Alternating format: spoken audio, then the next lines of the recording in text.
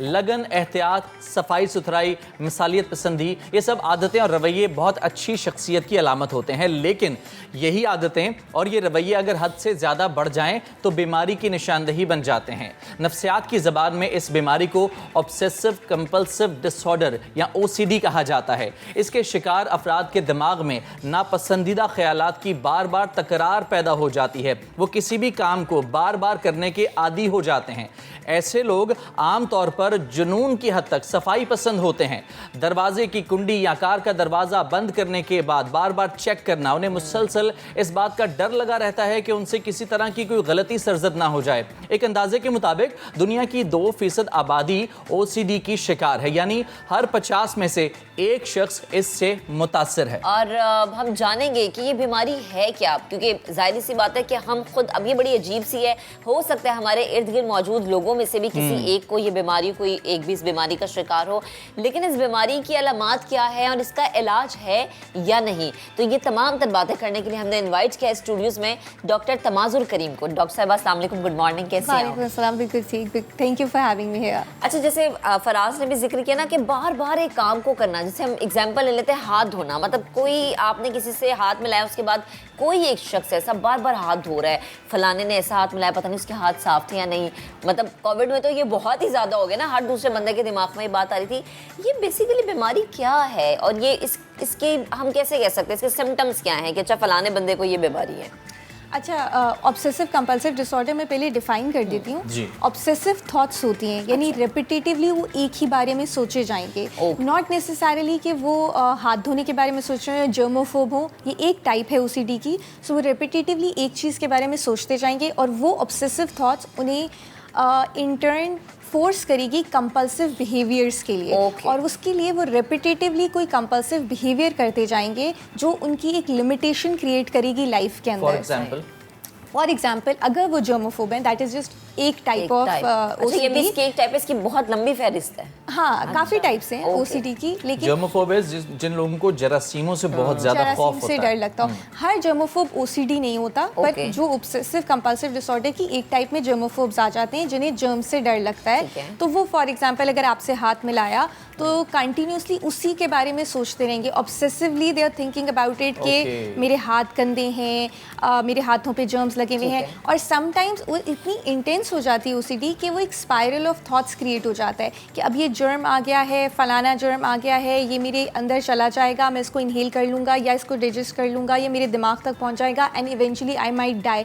And that story जो है वो बंदा इमेजिन करने लग जाता है, स्पाइरल ऑफ थॉट्स। यस, तो फिर वो that is coupled with anxiety. तो अब उन्हें साथ में शदीद घबराहट और एंजाइटी हो रही है और साथ में ऑब्सेसिव थॉट्स हो रही हैं। अब उसके वो ऑब्सेसिव थॉट्स उन्हें फोर्स करेंगे कंपल्सिव बिहेवियर के लिए, that is excessive hand washing, कि वो जा रहे हैं और बार बार सैनिटाइज कर रहे हैं, बार बार हाथ धो रहे हैं। कोविड के लिए तो खैर नेसेसरीली गाइडलाइंस भी थी, लेकिन OCD के अंदर आम रूटीन में हमने देखे हैं इस तरह के लोग जो कि बहुत ज्यादा सफाई पसंद होते हैं, एक्स्ट्रा ऑर्डिनरी, परेशान हो जाते हैं, खाना नहीं खा पाते, कुछ भी। सफाई पसंद होना मतलब ये तो बहुत अच्छी बात है, लेकिन ऐसा सफाई पसंद होना कि आप करें कि हर चीज मुझे ऑर्डर में चाहिए, अगर कोई भी चीज मुझे डिसऑर्डर में मिलती है या कोई भी चीज उस तरीके से नहीं जैसा मैं चाहता हूँ, ये चाहती हूँ, तो आप जो है शायद मेंटली डिप्रेशन में भी चले जाते हैं। ये सेकंड टाइप ऑफ OCD है कि वो सिमेट्री के ऊपर बहुत फोकस करते हैं, यानी कि अगर ये 2 बॉटल सामने पड़ी हुई है और ये सिमेट्रिकल नहीं है तो वो कंप्लीटली इसी के बारे में सोचते जाएंगे कि अरे ये सिमेट्री में नहीं है, ये पैटर्न में नहीं है, और वो आपसे बात ही नहीं कर पाएंगे। वो इतना ऑब्सेसिवली इसी के बारे में सोचते जाएंगे कि अगर मैं इसको यूँ एडजस्ट कर दूँ, इसको यूँ सही कर दूँ, और फिर वो आपसे बात करने की बजाय उन्हें एंजाइटी शुरू हो जाएगी कि यार ये मैं यूँ एडजस्ट कर दूँ। किसी भी मीटिंग में अगर बैठे होंगे तो वो उस डिस्कशन से ज़्यादा उनका फोकस ये होगा कि ये लैपटॉप गलत डायरेक्शन में क्यों रखा है, ये जैसा कि मैंने इंट्रो के स्टार्ट में बात की थी, इस कप का हैंडल ऐसे क्यों है, इसको ऐसे होना चाहिए। यानी ये आदत नहीं, ये बीमारी कहलाएगी, क्योंकि हमने कुछ बहुत सारे लोगों ने तो रियल लाइफ में ऐसे लोगों को एक्सपीरियंस किया होगा, लेकिन अक्सर मूवीज़ के अंदर और टीवी प्रोडक्शंस के अंदर हमने इस तरह के कैरेक्टर्स देखे हैं। तो इनको आमतौर पर कॉमेडी मूवीज में मैंने तो कम से कम देखा इस तरह की चीज़ों को, लेकिन क्या ये बहुत सीरियस बीमारी है और क्या इसका कोई क्योर मौजूद है? बिल्कुल बिल्कुल क्योर भी है और ये बहुत सीरियस डिसऑर्डर है। इसकी इंटेंसिटी पे डिपेंड करता है। बाज़ वक़्त तो माइल्ड इंटेंसिटी होती है तो साइकोथेरेपी ही हेल्प कर लेती है, लेकिन समटाइम्स इट्स सो सिवियर और यूजुअली ये कपल्ड होता है एंजाइटी के साथ, कि बहुत घबराहट और एंजाइटी के साथ पेशेंट आ रहा होता है और उसकी ज़िंदगी में इतनी लिमिटेशंस हो जाती हैं इसकी वजह से, वर्क उसका इम्पेयर हो रहा होता है, रिलेशनशिप्स उसके इम्पेयर हो रहे होते हैं, वो किसी भी चीज़ में कॉन्सेंट्रेट नहीं करता, mental health, psychological health disturb हो जाती है। एंड ऑब्वियसली अगर वो कपल्ड विद एंजाइटी है और फिर वो एक ही चीज़ के बारे में सोच रहा है तो फिर इवेंचुअली डिप्रेशन। सो इसका इलाज एक तो मेडिकेशन से है कि हम SSRIs देते हैं। SSRIs और एंटीसाइकोटिक्स 2 लाइन ऑफ ड्रग्स हैं। SSRIs वही ड्रग्स हैं जो हम डिप्रेशन के अंदर भी देते हैं और एंटीसाइकोटिक्स भी दे सकते हैं। इसके अलावा हम साइकोथेरेपी करते हैं जिसमें हम काउंसलिंग करते हैं। काउंसलिंग के अंदर डेफिनेटली कॉग्निटिव बिहेवियरल थेरेपी करते हैं जिसके अंदर हम ईच एंड एवरी थॉट को चेंज करते हैं, in turn changing their behaviour, क्योंकि इट्स द थॉट्स ना जो दे आर क्रिएटिंग ऑब्सेशन, तो उन थॉट्स को चेंज करते हैं ताकि बिहेवियर और लाइफस्टाइल बदल सके। इसके अलावा चूंकि इट्स कपल्ड विद एंजाइटी, तो जो चीज़ें हम एंजाइटी को दूर करने के लिए करते हैं, लाइक मैं पर्सनली एंटी एंजाइटी या मैं पर्सनली हिप्नोथेरेपी भी करती हूँ। हिप्नोथेरेपी के अंदर आप सब कॉन्शियस माइंड को सजेशंस देते हैं कि ये थॉट्स इरैशनल हैं और ये थॉट्स रैशनल हैं, ताकि वो इवेंचुअली जब उनके ऊपर दोबारा ये सिचुएशन हो तो वो रैशनल थॉट्स को कंसिडर करें, अपनी इरैशनल थॉट्स को आप अपने आप को बता रहे होते हैं what to do, what not to do. Exactly. अच्छा डॉक्टर साहबा, इसकी वजूहात क्या हो सकती हैं? मतलब बाय बर्थ आप इसमें मुब्तला हैं या आपका माहौल बहुत ज़्यादा ऐसा है कि आप इसको अडॉप्ट कर लेते हैं? प्लीज़ ज़रा बताइए। अच्छा, इसकी बहुत सारी वजूहात हो सकती हैं और कोई भी नहीं हो सकती। सब फैमिली जेनेटिक्स हो सकती है कि फैमिली में किसी को हो OCD तो आपको डायग्नोज होने की लाइक्लीहुड और चांसेस बहुत ज़्यादा है। ठीक है। इसके अलावा कोई ट्रॉमा हो बचपन में, बचपन जिनका मुश्किल गुजरता है उनको वैसे भी ज़्यादा मेंटल डिसऑर्डर्स डायग्नोज हो सकते हैं एडल्ट लाइफ में, तो ट्रॉमा बचपन में और लाइफ इवेंट्स कॉज कर सकते हैं। इसके अलावा पोस्टपार्टम डिप्रेशन के अंदर भी ऐसा हो सकता है। पोस्टपार्टम जो ख़वातीन after birth, yes after delivery जो है वो OCD बाज़कत हो जाता है उन्हें, कंसिडरिंग देयर चाइल्ड के वो ऑब्सेसिवली अपने बच्चे के बारे में सोचने लग जाती हैं कि क्या कहीं रो तो नहीं रहा, बाथरूम में भी जाके मां सोच रही थी ये पानी के पास है तो बच्चा रो रहा होगा। या समटाइम्स ऐसी पेशेंट्स आती हैं कहती हैं मैं बार बार चेक करती हूँ इफ़ ही इज़ ब्रीदिंग। उनकी हो सकता है समटाइम्स चाइल्ड लॉस से वो उसकी कॉज हो कि पहले उनका कोई बच्चा लूज़ हुआ हो तो उसकी वजह से उन्हें OCD हो जाए नेक्स्ट चाइल्ड में।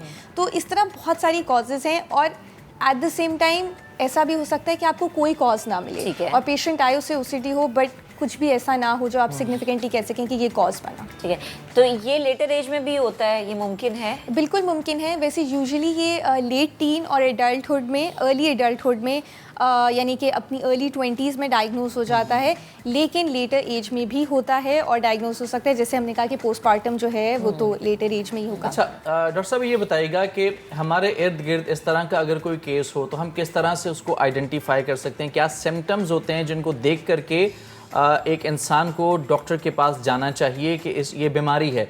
आमतौर पर इन चीज़ों को इग्नोर कर दिया जाता है, बहुत ज़्यादा इनको जो है अहमियत नहीं दी जाती, कहा जाता है कि ये तो इसकी आदत है। देखिए मेडिकल साइंस में ना सिम्टम्स वो होते हैं जो पेशेंट एक्सपीरियंस करे और साइंस वो होते हैं जो हमें दिखाई दें। सही है। तो बहुत दफ़ा मेंटल डिसऑर्डर्स साइंस के बगैर होते हैं और सिम्टम्स के साथ होते हैं सिर्फ, तो ये तो पेशेंट ही जानता है अपने दिल का हाल और हमें अवेयरनेस फैलानी है ताकि हर कोई सामने आ सके। अगर कोई बाज़ लोग बहुत स्ट्रगल कर रहे होते हैं और उसका कोई साइन नहीं होता और बाज़ हमें साइंस दिखाई देते हैं कि जैसे कि जो है वो अटेम्प्ट, सुसाइडल अटेम्प्ट्स हैं वो हमें दिखाई दे सकते हैं, या किसी की बहुत ड्राई या स्केली स्किन हो रही है तो हमें दिखाई दे सकते हैं, या कोई आपको दिखाई दे रहा है कि बहुत घबराहट में तो आप उससे पूछ सकते हैं। मेंटल हेल्थ का इशू सबसे बड़ा ये भी है ना हमारी सोसाइटी में कि इसको कोई एक्सेप्ट करने को तैयार नहीं होता है। साइकोलॉजिस्ट के पास जाना समझते हैं कि मैं पागल थोड़ी हूँ जो मैं किसी माहिर नफ्सियात को जाकर दिखाऊं, और अगर किसी को पता चल जाए कि ये किसी माहिर नफ्सियात के पास जा रहे हैं किसी ट्रीटमेंट के लिए तो डर होता है कि सोसाइटी में, रिश्तेदारों में फैल जाएगा कि भाई फलां बंदा जो है वो कोई ज़हनी बीमार हो गया है। बिल्कुल स्टिग्मेटाइज तो है मेंटल हेल्थ, और हालांकि वेस्ट ने इतना काम किया है पर वहाँ भी स्टिग्मेटाइज है, और आई थिंक हमें ही इसके ऊपर काम करना पड़ेगा, आपको, मुझे,